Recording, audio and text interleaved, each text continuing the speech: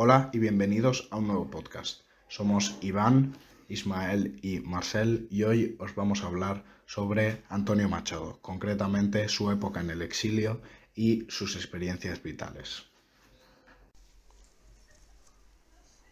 Primero, os vamos a hacer una pequeña explicación.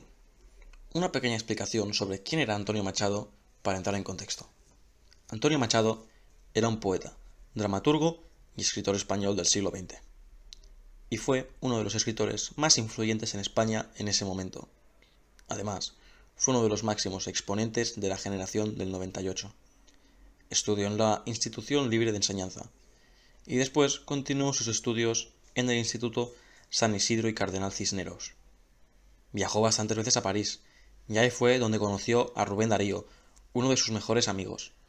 También trabajó durante algunos meses en su estancia en la editorial Garnier, donde trabajó como traductor.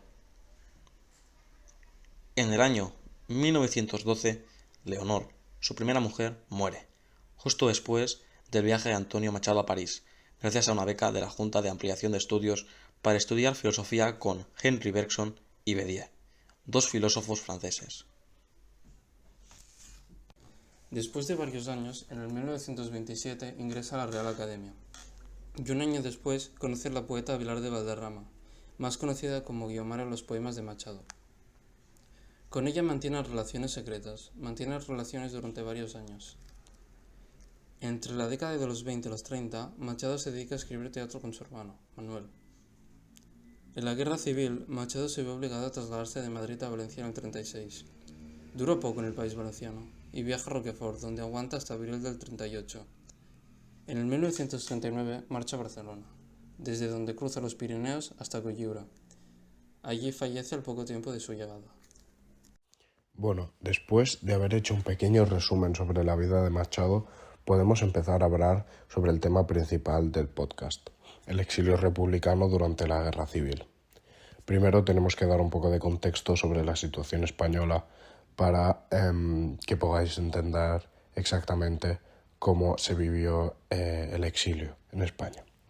España estaba en una situación de crisis tanto política como económica que dio a mucho malestar de la población. Bueno, como acabo de comentar, España ha pasado por una situación económica bastante mala, debido a que la mayoría de los trabajadores españoles se dedicaban a la agricultura, que era un sector poco desarrollado a la vez que poco productivo. Por la parte de las industrias también sufrieron bastante porque había bastante escasez de productos y la mayoría de productos que llegaban tienen que ser importados de otros países. A pesar de todo este malestar social, surgieron nuevos movimientos artísticos que quedarán marcados en la historia de España como de los más importantes y más relevantes en ella. Surgieron en la parte de la literatura artistas como Miguel de Unamuno, Antonio Machado y Federico García Lorca, que serán de los máximos exponentes en el ámbito de la literatura española durante toda lo que continúa de historia. Por otra parte, en el ámbito artístico destacaron Picasso o Salvador Dalí, que después quedarán como de los máximos o más reconocidos artistas españoles de la historia. De acuerdo. Ahora que Marcel nos ha puesto un poco en contexto de quién era Machado y cómo era la situación en España, vamos a empezar ya con su exilio y adentrarnos en los sucesos más importantes. Antonio llegó a Madrid en 1931. Desde entonces se dedicó a la enseñanza en el Instituto de la Segunda Enseñanza Calderón de la Barca. Un año después de su llegada a Madrid, Machado fue a Segovia a dar una conferencia, y allí se encontró con Pilar de Valderrama, más conocida como Guiomar. Al acabar esta conferencia en Segovia, Guiomar se acercó a Machado para felicitarle por su trabajo. Entre tantos elogios, estos dos se irían conociendo mejor, hasta el punto de enviarse cartas entre ellos. Más adelante, establecieron una relación, la cual creó un gran impacto en la vida de Machado, tanto como en sus obras. De vez en cuando, Machado viajaba a Segovia solo para ver a Guiomar y estar con ella. Tenemos que recalcar que todos estos sucesos se daban cuando Machado seguía casado con su mujer Leonor. Dejando ya un poco de lado su aspecto personal, Machado recibió la visita de León Felipe y Rafael Alberti en noviembre de 1936, 3 meses después de la llegada al poder del bando franquista. con la intención de convencer a Machado de que se fuera de la capital. Bueno, Ismael, ahora cuéntanos un poco cómo fue el inicio de este largo camino. Tarde del 25 de noviembre de 1936. Ese fue el día en que llegaron en autobús a la capital de la República, Valencia. El primer día pararon en Tarancón.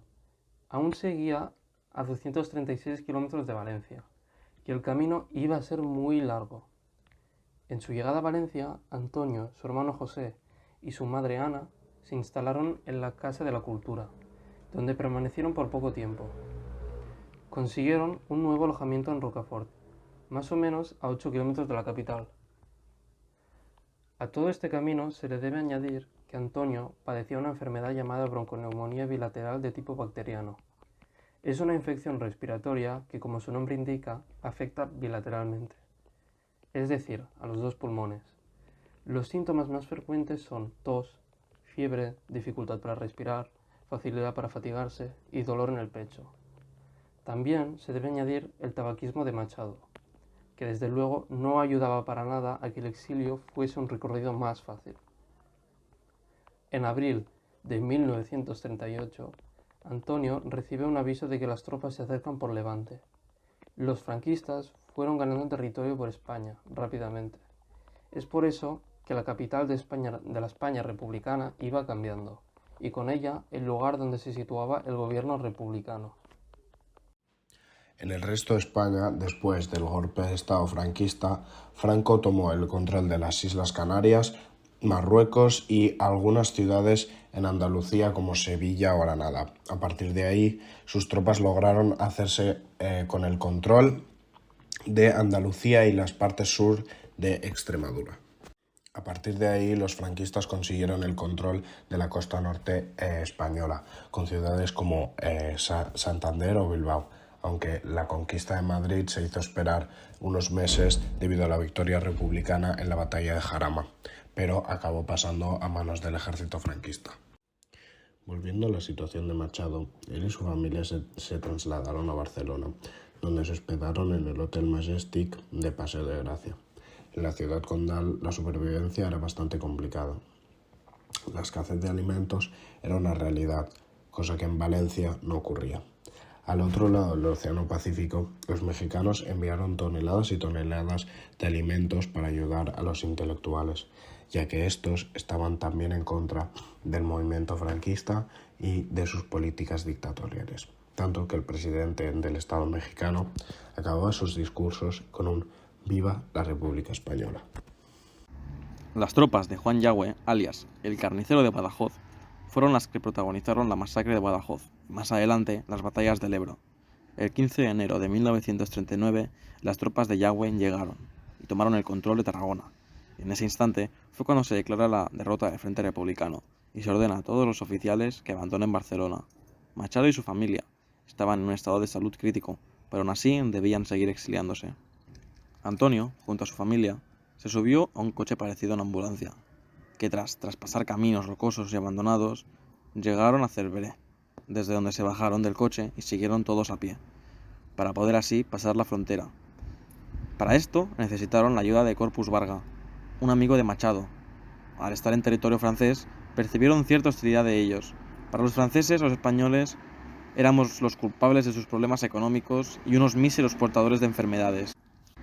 Entre esos largos días de miseria y desesperación, Corpus Barga llegó con un préstamo concedido por un amigo francés, que consiguió. Navarro Tomás, también amigo de Antonio, consiguió mediante unas gestiones que hizo que la embajada de París los protegiese, así, dándoles refugio. Pero Ismael, ¿qué ocurrió después? Bueno, Iván, teniendo la oportunidad de poder alejarse aún más del peligro y con muchas probabilidades de poder empezar una nueva vida, Machado rechazó ir hacia París. En la capital francesa tenía muchos recuerdos de cuando conocía a Leonor, y no quería mancharlos con esta situación. Además, recordemos que anteriormente dijimos que Machado sufría una enfermedad que afectaba sus pulmones, y esto, combinado con su escasez de fuerzas y los 64 años a su espalda, era prácticamente imposible llegar a París.